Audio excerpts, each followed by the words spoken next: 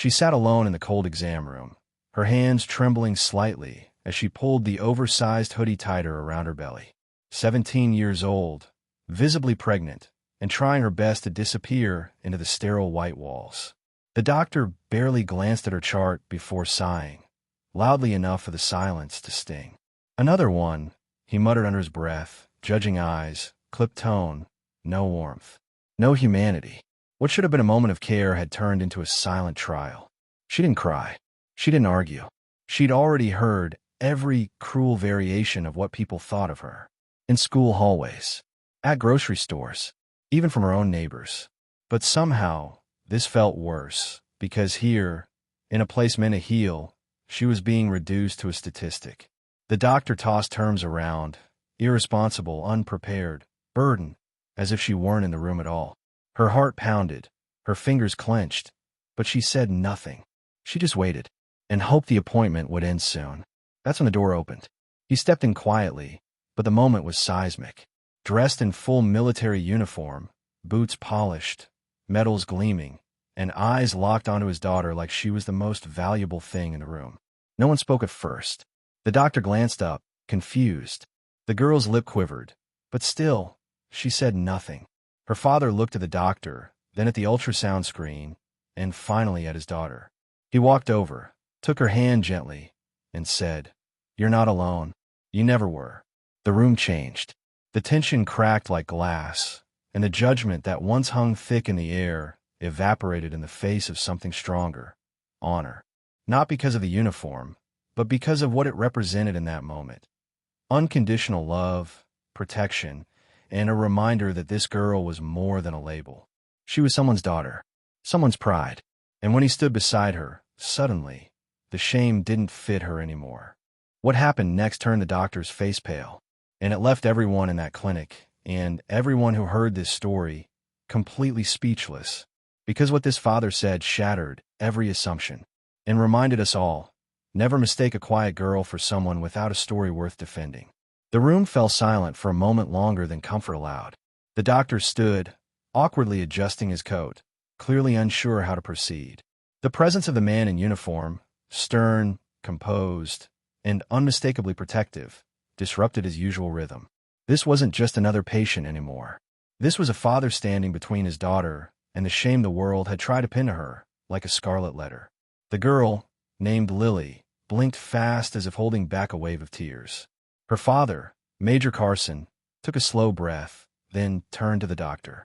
"You speak like she's a mistake," he said evenly, voice calm but thunderous. "But to me, she's a miracle, and the child she's carrying is the next generation of my family." The doctor opened his mouth, but no sound came, because in that moment, everything shifted.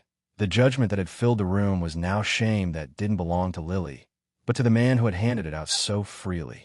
Major Carson turned to Lily. "I serve in combat zones for over 20 years, he said softly, "but I've never been prouder of anyone than I am of you, right now." She looked up at him, eyes wide, lips trembling. "Even though he cut her off gently, "you didn't fail. You chose to keep going. That takes more strength than most people will ever know." The doctor watched, silenced not by rank, but by something far more commanding, integrity. Then, the major turned back to the doctor and asked, "Do you know what kind of women I serve beside? Warriors, mothers, survivors. And do you know what they needed most from the world? Not pity, not condemnation, just dignity." The doctor cleared his throat, trying to regain authority. "Sir, I meant no offense," but Carson raised a hand. "You didn't need to say anything else. The way you looked at her was enough." Lily squeezed her father's hand. For the first time in weeks, she felt something shift inside her, something that had been buried beneath shame and fear. A flicker of pride, not because of what she had done, but because of who she had always been. Her father's voice had given her back something she didn't know she'd lost, the right to stand tall.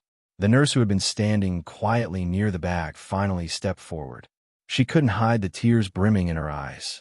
"I'm sorry," she said to Lily. "I should have spoken up sooner." Lily smiled weakly, but nodded. It wasn't just about words. It was about who stayed silent. The doctor shifted, clearly uncomfortable now, no longer in control of the room. Major Carson glanced down at the ultrasound monitor. "Can we continue the appointment now?" he asked, voice level. The doctor hesitated, then nodded. As he moved to adjust the equipment, his hands fumbled slightly. For the first time in a long time, he felt the weight of his own words. He knew this story might leave the exam room, but more than that, he knew it would stay with him.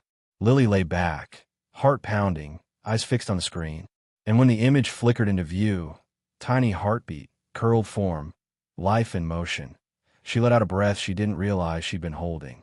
Her father's hand was on her shoulder the entire time. She whispered, "That's her." And for the first time, she said it with awe, not anxiety. "My daughter." The nurse smiled warmly. "She's strong," she said, "just like her mom." And for the first time in weeks, Lily believed it. Not because someone told her, but because someone stood beside her when the world turned its back. Because someone made her feel seen. Because her father had stepped into the room, not with anger, but with presence. And that changed everything.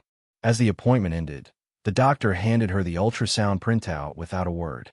But his face had changed. Not fully. Not yet. But enough to recognize the lesson. As Lily walked out with her father by her side, head held high, she wasn't just carrying a baby. She was carrying a new story. One no one could write for her. One where shame didn't get the final word. Outside the clinic, the air felt different, crisper, clearer. Lily stepped into the sunlight and paused, holding the small printout of her baby close to her chest. Major Carson placed a hand on her back, steady and firm. "You did good in there," he said. She shook her head, laughing through the tears. "I didn't even say anything." He smiled. "You didn't have to. Just showing up took guts. The rest will come." They walked together in silence, past cars and strangers, none of whom knew what had just happened inside those four white walls. But Lily walked taller now, shoulders back, chin up. The shame that had followed her like a shadow was still there, but it no longer defined her. Her father's presence had fractured it. His words had rewritten the scene, and she wasn't going to forget that. Back at home, they sat together at the kitchen table. The same table where, months earlier, she had broken the news to him, terrified he would shout, demand, reject. But instead, he had gone quiet, then simply asked, "Are you okay?"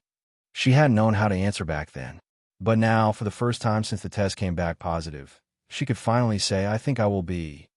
He pulled out a small wooden box and opened it.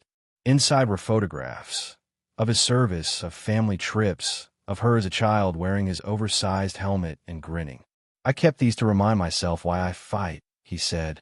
Then he added the ultrasound picture to the top of the stack. "And now, I've got one more reason." Lily's breath caught in her throat. That small gesture said more than hours of speeches ever could. As the sun began to set outside their window, Lily realized something else. Her father hadn't just protected her. He had validated her. In front of a stranger. In front of someone who had power. And he had reclaimed her right to feel proud.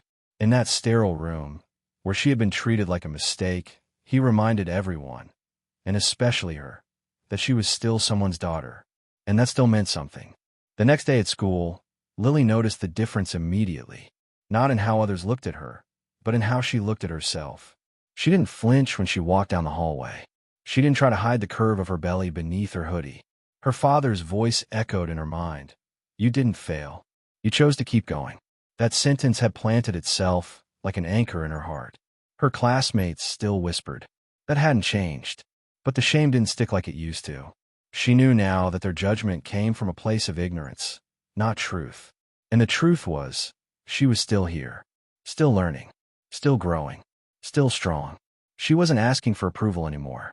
She wasn't waiting to be forgiven. Because she hadn't done anything wrong. After class, her English teacher, Ms. Hanley, asked to speak with her.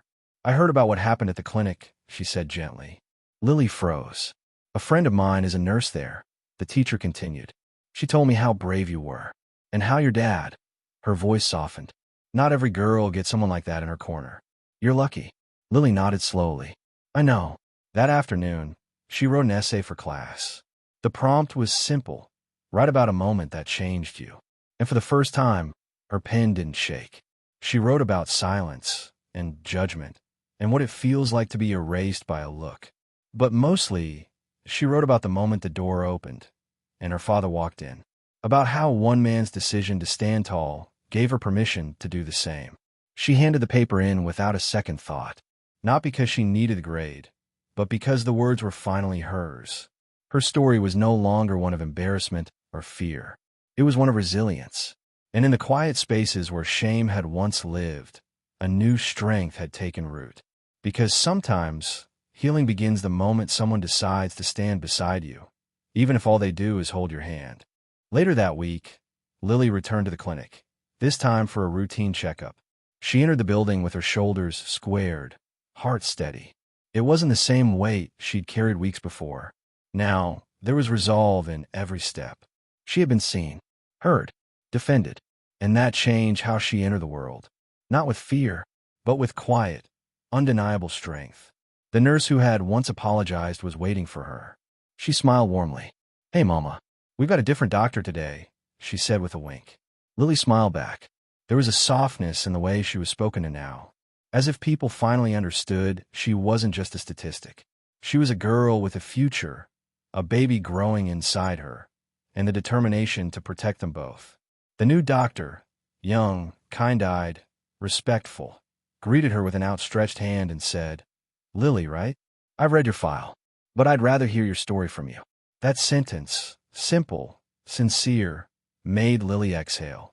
This was what it felt like to be treated as human, not judged, not belittled, just asked, invited to speak, to lead her own narrative. She lay back again for another ultrasound, and when the heartbeat thudded softly through the speakers, she didn't cry this time. She smiled, because now she wasn't afraid of what came next. She looked at the screen and whispered, "Hi again, little one." Her voice was calm, steady. She didn't feel like a child pretending to be strong anymore. She felt like a mother becoming one. After the appointment, the nurse walked her out. "Just so you know," she said, "after that day with your dad, things around here changed." The staff talked. The doctor got feedback, and people started thinking twice. Lily blinked. "Really?" The nurse nodded. "You don't realize it, but you started something. You made us all look closer, and that matters." Word of what had happened in that exam room began to spread beyond the clinic. It wasn't gossip, it was gratitude. The story rippled quietly from one nurse to another, from staff to students, from parent to parent. People began sharing their own moments of being dismissed, overlooked, silenced, and how, like Lily, they had needed someone to simply stand up. One day, a letter arrived at Lily's home. It was addressed to her, handwritten, with no return address. Inside was a folded piece of paper, neat and worn at the edges. It read, "You don't know me, but I was there that day. I was in the waiting room. I saw the way they looked at you. And I saw the man who came in and changed the entire room. I didn't speak up then, but I'm speaking now. You are not alone." Lily read it 3 times, heart pounding. That stranger had carried her story with them. And now, they had given a piece of it back. Proof that her pain had not gone unnoticed. Proof that strength, when shown, plants seeds. Even in silence. Even in strangers. She placed the letter in her journal, right beside the ultrasound photo. Both were snapshots of life. One growing inside her, the other growing because of her. And as she looked at them side by side, she understood something deeper. She hadn't just survived that day. She had made it meaningful. For herself. For her child. For someone she might never meet. Later, when she told her father about the letter, he smiled and said, "You stood tall before I walked in. I just reminded everyone else to look up." Lily reached for his hand. It was the same hand that had steadied her on that clinic table. The same hand that had taught her how to walk when she was little. And now, it was the same hand that had lifted her, not because she was weak, but because she was already rising. Weeks passed, and Lily began to feel the rhythm of her new reality. Mornings filled with early kicks and quiet moments with her journal. Afternoons where she continued her schoolwork, determined not to fall behind. And evenings spent with her father, sitting in the backyard, talking about everything and nothing. What to name the baby, what colors to paint the nursery. How strange it felt to be so young and yet feel so old all at once. One night, as they watched the stars blink into the sky, Major Carson said something that stayed with her. "Courage doesn't always look like running into danger," he said. "Sometimes, it's staying still when the world tries to shake you loose. And you held your ground."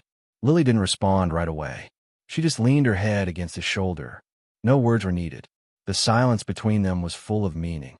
The next day at school, her English teacher pulled her aside. "Lily," she said, "your essay. It's been chosen for the district writing showcase." Lily's eyes widened. "Mine?" Miss Hanley smiled. "Your story moved people, not just because it was powerful, but because it was true, and because you had the courage to tell it." Lily nodded slowly, her heart thudding. She had never been chosen for anything before, especially not for telling her truth. At the showcase, she stood in front of a small audience, teachers, parents, students. She read her words aloud, voice steady. Every sentence felt like a piece of armor being placed gently over old wounds. And when she finished, the room was quiet, not because they didn't care, but because they did. And then, one by one, the applause grew. She looked up and saw her father in the back row, standing, not clapping, saluting. Afterward, a younger girl approached her. "I'm not pregnant," she said shyly, "but I felt what you felt. Like no one sees me. Your story made me feel strong again." Lily reached for her hand and smiled. "That's why I told it. Because the story wasn't just hers anymore. It belonged to everyone who had ever been judged too quickly, spoken over, or made to feel small, and had chosen to rise anyway." Back at home, Lily began keeping a new journal. Not one filled with pain, but with plans. Pages of sketches for baby names, handwritten letters to her future daughter, and even a short story she'd begun drafting about a girl who grows up in a quiet town, faces the weight of the world, and learns to stand tall through love, not fear. She called it Heartbeat, because that was what had anchored her all along. Her father surprised her one afternoon with a gift.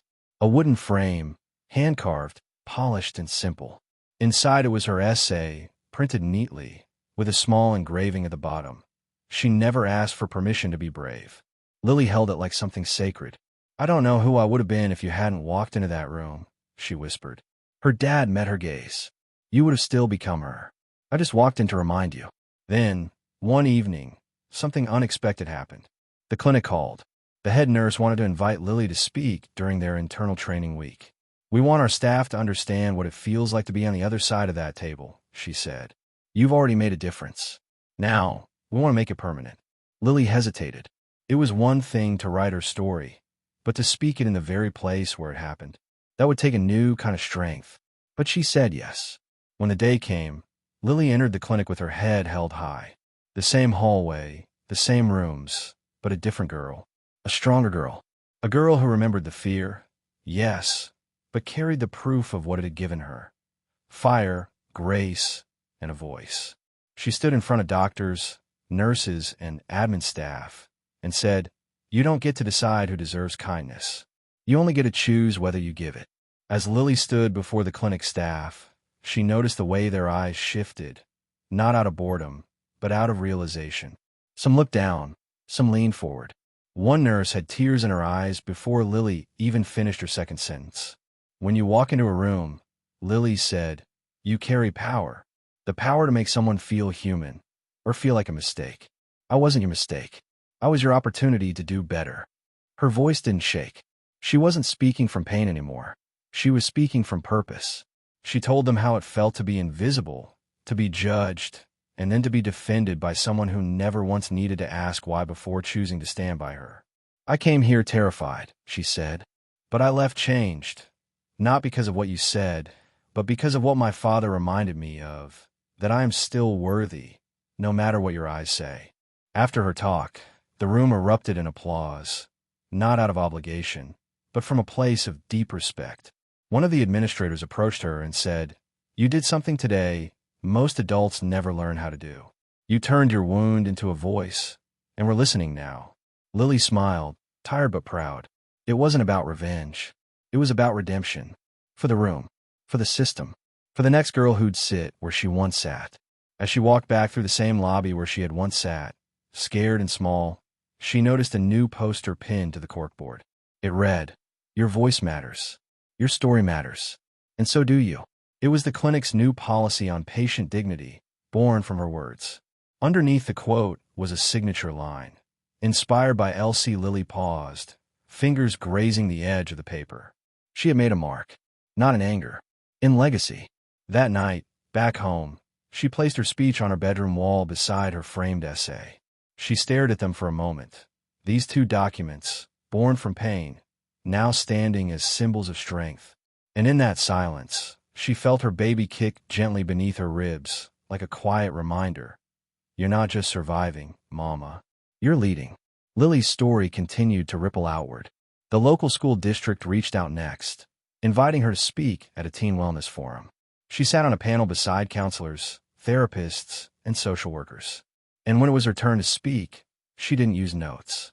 She spoke from memory, because some stories don't need paper. They live inside the bones. I was told my life was over, she said, but it was just beginning. I was told I should feel ashamed, but I learned how to stand taller. And I was treated like a burden, until someone reminded me I was someone's whole world. As she spoke, students leaned in. Teachers took notes. And somewhere near the back, a young girl with tear-streaked cheeks mouthed the words, "Thank you." After the event, Lily was surrounded by students asking questions, not about her mistakes, but about her resilience. How did you stay strong? Weren't you scared? What do you say when people stare? Lily answered each one honestly. Yes, I was scared, but I was more scared of forgetting who I was. And when people stare, I smile, because it means they see me, and I'm not afraid of being seen anymore. At home, her father waited with a warm dinner and a smile that said, I already know you made us proud. They ate in peaceful silence, broken only by the sound of baby name ideas being thrown around and jokes about who the baby would take after. And for the first time, Lily didn't worry about tomorrow. She didn't worry about judgment. She had found her footing, her fire, her role in the world.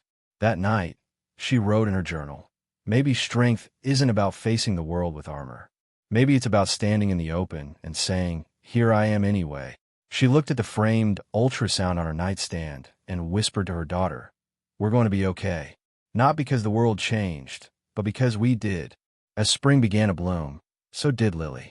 Not just physically, as her belly grew and her steps slowed, but emotionally, spiritually. Her confidence no longer came in flashes. It had settled into her like breath. Each morning, she stood in front of the mirror and saw someone new. Not perfect, not fearless, but someone real, someone becoming. Her past no longer felt like a weight. It felt like a foundation. She began volunteering at a local shelter once a week. Just a few hours, just enough to hold babies while their young mothers rested. She didn't say much at first, but then the conversations started to flow. She met girls who had walked the same road she had, some still in the middle of their storm. When one of them asked, do you think I ruined everything? Lily answered without hesitation, no. I think you found your reason to fight harder. Her reputation began to grow, not because she chased attention, but because people felt something when she spoke. One counselor at the shelter said, you don't preach. You reflect. That's why they listen. And Lily realized something. She didn't have to be a hero. She just had to keep telling the truth. That was enough. That was everything. Back at school, she continued her classes with renewed focus. Some days were harder than others. Tiredness, discomfort, occasional whispers. But the weight didn't crush her. She was too grounded for that now. When classmates stared, she didn't shrink.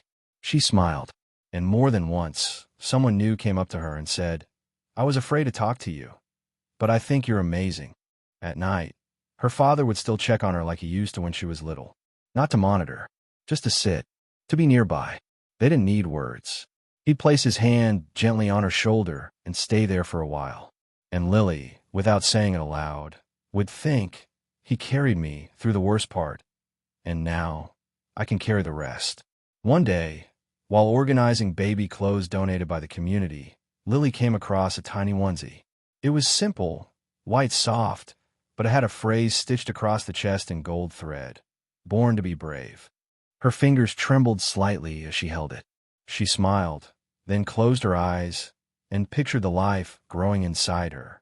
A little girl with her own voice, her own path, her own battles, and a mother who would never let her fight alone. The next time she visited the clinic, the new doctor greeted her like an old friend. We've had 5 new teen patients since your talk, he said. But this time, things are different.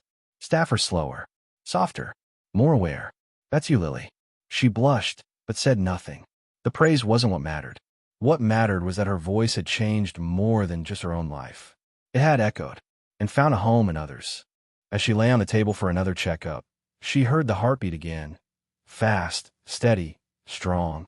It reminded her of the way her father had stood beside her that first day. Steady, unshaken, unapologetic. She thought of the words he'd spoken then. You're not alone. You never were. And now, those words lived inside her, passed down like a thread in the blood. That night, Lily began writing a new letter in her journal. But it wasn't to her daughter this time. It was to herself, her younger self. The girl sitting in that exam room, eyes lowered, heart racing, afraid to exist. The letter was simple. It said, "You don't need to hide. You're not broken. You are beginning." She closed the journal slowly, as if sealing a chapter. Outside her window, wind moved gently through the trees. And for the first time in a long time, Lily felt not just strong, but free. Free from shame. Free from labels. Free from the fear that once told her she had ruined everything. Because now, she knew the truth. She hadn't ruined a thing. She had rewritten the story, and it was just getting started. As Lily's due date approached, her days became quieter, more intentional. Each movement, each moment, felt like part of a final rehearsal before a new chapter began. She began waking up earlier, journaling more deeply, nesting instinctively, folding clothes, arranging the nursery, placing affirmations on the wall like quiet prayers. You are safe. You are loved. You are enough. Her classmates noticed the change. One by one, they stopped whispering and started engaging, not with pity, but with curiosity, even admiration. One girl, who had once avoided her in the hallway, sat beside her at lunch. "I saw the article," she said. "The one about your speech at the clinic. You made me cry in a good way." Lily smiled. "Thanks. I cried while writing it, in a good way too." Even teachers treated her differently now, not because of fear or obligation, but because she had earned their respect. She had turned every moment of isolation into a bridge, connecting her story to others who needed it most. And slowly, the space around her changed, no longer filled with judgment or discomfort, but with warmth. A space she had built with courage, and one she was now preparing to share with someone very small. Major Carson, ever her quiet anchor, had taken to painting the nursery in the evenings. He never said much while doing it, but each brushstroke said, "You are not doing this alone." He hung a photograph on the wall, Lily at age 5, covered in mud, grinning proudly with a toy shovel in hand. "You were fearless even back then," he said. "You just needed a reminder." Lily looked at him, her voice full. "I remember now." One evening, while folding a blanket, she felt a kick stronger than any before. She paused, hand on her belly, and whispered, "We're almost there." The room was quiet, peaceful, safe. And in that moment, she wasn't afraid. Not of labor, not of motherhood, not of what people might say. Because her daughter would enter a world already changed by her story. A story that started in shame, but had bloomed into grace. Then, one crisp morning in early May, the contractions began. Slow at first, then stronger. Her father timed them calmly, called the hospital, packed the bag they had prepared weeks in advance. As they drove, the roads blurred past like chapters closing behind her. Every mile forward felt like a sentence being completed, until she arrived at the threshold of a brand new beginning. The hospital room was quiet, lit by the morning sun slipping through the blinds. Nurses moved with practiced grace, and Lily felt a strange mixture of pain and clarity. She gripped her father's hand as the waves came, not just of labor, but of memory. The girl in the clinic, the judgment, the fire it had sparked. And now, here she was, delivering not just a baby, but herself, into someone new. Hours passed. Sweat, tears, breath, silence. Until suddenly, there she was. A cry. Not Lily's, but her daughter's. The room erupted into motion. Nurses congratulating, the doctor smiling, her father wiping his eyes with the back of his hand. But Lily only had eyes for one thing, the tiny, squirming miracle placed gently into her arms. She stared down, overwhelmed, awed. "Hi," she whispered. "I've been waiting for you." They named her Grace. Not because she had erased anything, but because she had transformed everything. She wasn't a correction to a mistake. She was a continuation of a choice. A reminder that even through fear, even through judgment, love can still grow. Strength can still rise. and stories can still unfold in ways no one expects. The days following Grace's birth were a blur of warmth, wonder, and whispered lullabies. Lily spent hours just watching her daughter sleep, her tiny chest rising and falling like a quiet promise. Each breath reminded Lily that life could begin in the middle of the storm and still bloom into something breathtaking. She had feared that her life would shrink, but instead, it had expanded beyond anything she imagined. Her father was now a grandfather, and in that new role, he flourished. He held Grace with the same steady hands that once held Lily as a newborn, his voice soft, his eyes always misted with something close to awe. "You've given me a second chance to love this way," he told Lily one evening, rocking the baby gently. "And this time, I know exactly what not to miss." Lily, still healing physically, began writing again. This time, not from pain, but from celebration. Letters to Grace. Reflections about strength. Pages filled with what it meant to be broken and still build something beautiful. She knew Grace wouldn't read them for years, but one day, her daughter would hold those words and know the depth of her mother's journey. And that nothing in her life came from fear, but from fierce, unconditional love. Visitors came, friends, neighbors, even a few classmates. One girl brought flowers. Another brought a hand-sewn baby blanket. Each gift was a thread in the growing tapestry of support Lily never thought she'd have. These weren't just tokens. They were apologies without words. Quiet recognitions of everything she had endured and of how deeply she had earned her peace. But it wasn't just the people around her who changed. Lily had changed, too. She no longer carried her story like a wound. She carried it like a light, something she could pass on, something she could raise her daughter beneath. And every time she looked at Grace's face, she was reminded, this wasn't the end of a chapter. It was the first page of the greatest one yet. As weeks turned into months, Lily found a rhythm. Late-night feedings turned into early morning smiles. Her room, once filled with textbooks and uncertainty, now held lullabies, soft blankets, and the sound of Grace's quiet coos. The girl who had once walked school hallways in silence now walked with a stroller, and with pride. She wasn't hiding anymore. She was living, fully and unapologetically. One afternoon, she returned to her school for an award ceremony. The auditorium was packed. Her name had been announced earlier in the week as the recipient of a new scholarship, created for young parents who chose to continue their education. As she stepped onto the stage, Grace resting quietly in her father's arms, the crowd rose. Applause thundered, not out of pity, but out of pure, unfiltered admiration. She took the microphone and paused. The lights were bright, but she wasn't afraid. "When I first found out I was pregnant," she said, "I thought my story was over. But then something happened. Someone stood up for me. Someone reminded me that one moment doesn't define you, and that even in the most unexpected chapters, there is still room for hope." A beat of silence. And now, I get to raise the proof of that hope. After the ceremony, students and teachers approached her. Some asked questions. Others simply hugged her. But one girl, no older than 15, stepped forward and whispered, "I'm scared. But after hearing you, I think maybe I can be okay too." Lily took her hand. "You will be. And when you feel alone, remember this moment. And know someone else once stood where you're standing." That evening, back home, Lily tucked Grace into bed. She sat quietly beside her crib, humming a soft tune, fingers tracing the edge of the blanket. In the low light, she pulled out her journal and wrote just one sentence beneath that day's entry. She will never grow up thinking love is something she has to earn. And in that moment, Lily knew. She hadn't just rewritten her story. She had rewritten the legacy that would follow. The summer brought new light and a deeper calm.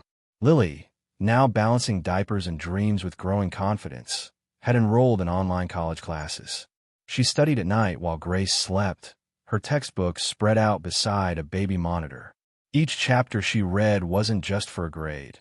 It was a quiet rebellion against every voice that had once said she wouldn't make it. Every completed assignment was another stone laid on the path she was carving for both herself and her daughter. Her father, proud but never overbearing, supported her every step of the way. He had converted the garage into a small study space just for her. "I figured you needed a place to build the future," he said. It wasn't extravagant, just a desk, a lamp, a comfortable chair, but it was hers, and that meant everything.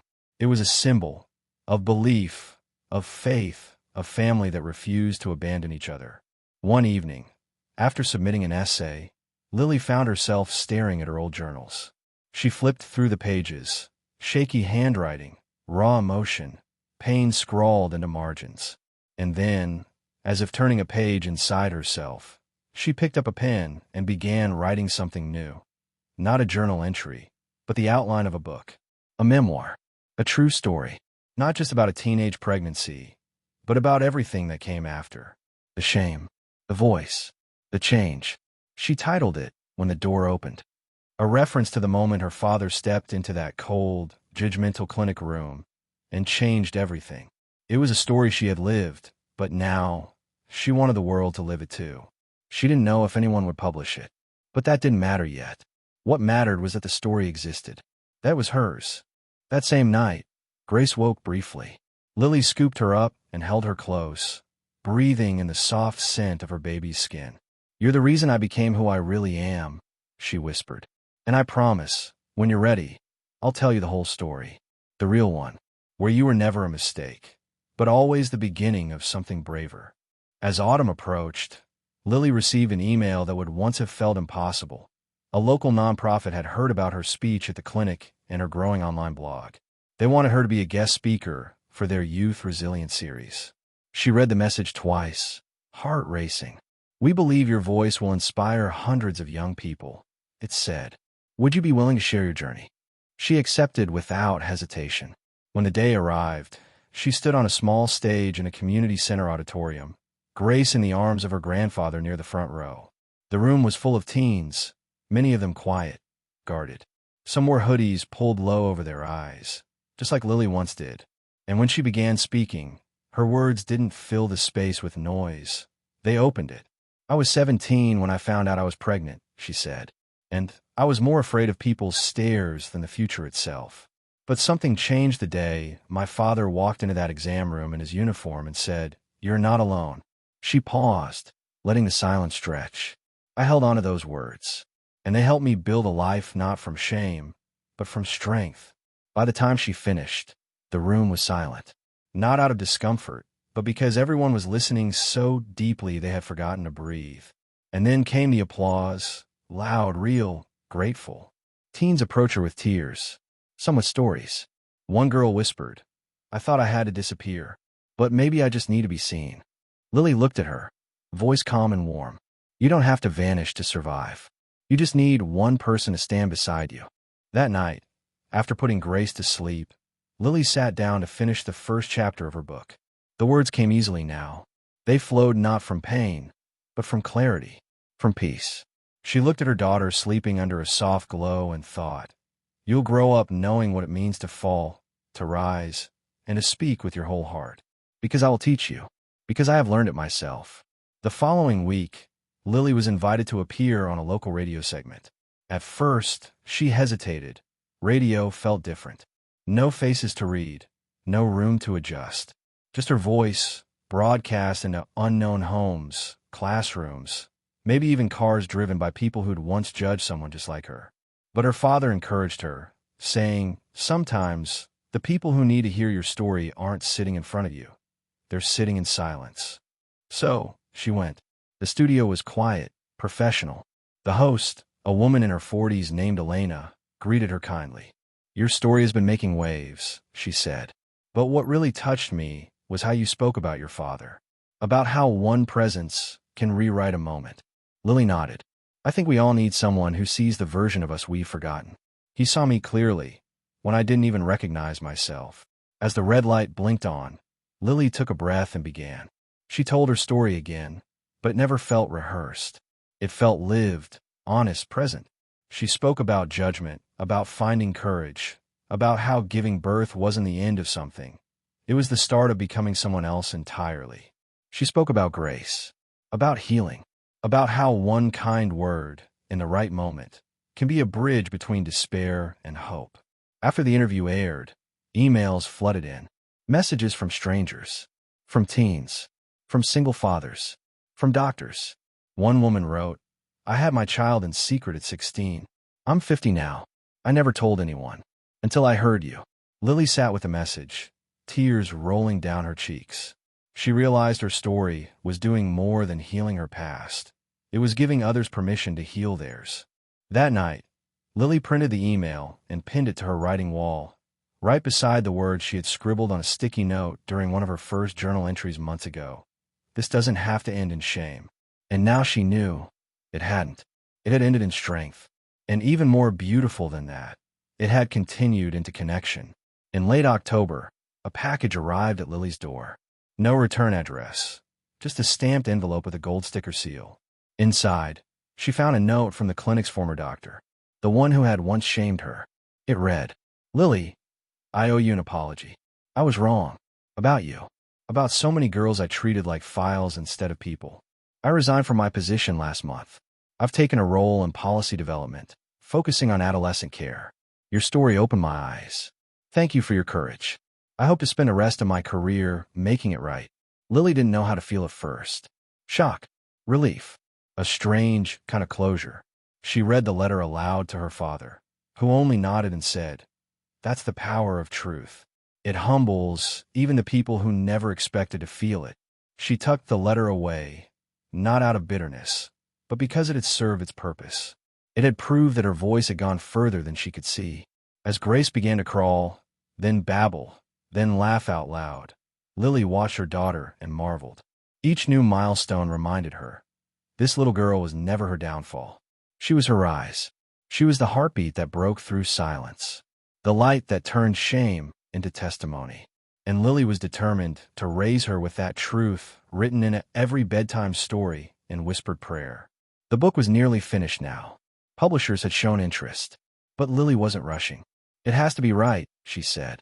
"It has to feel like her." Meaning Grace. Meaning the moment her life had changed direction, not in spite of adversity, but because of it. Each chapter was not just memory, it was medicine.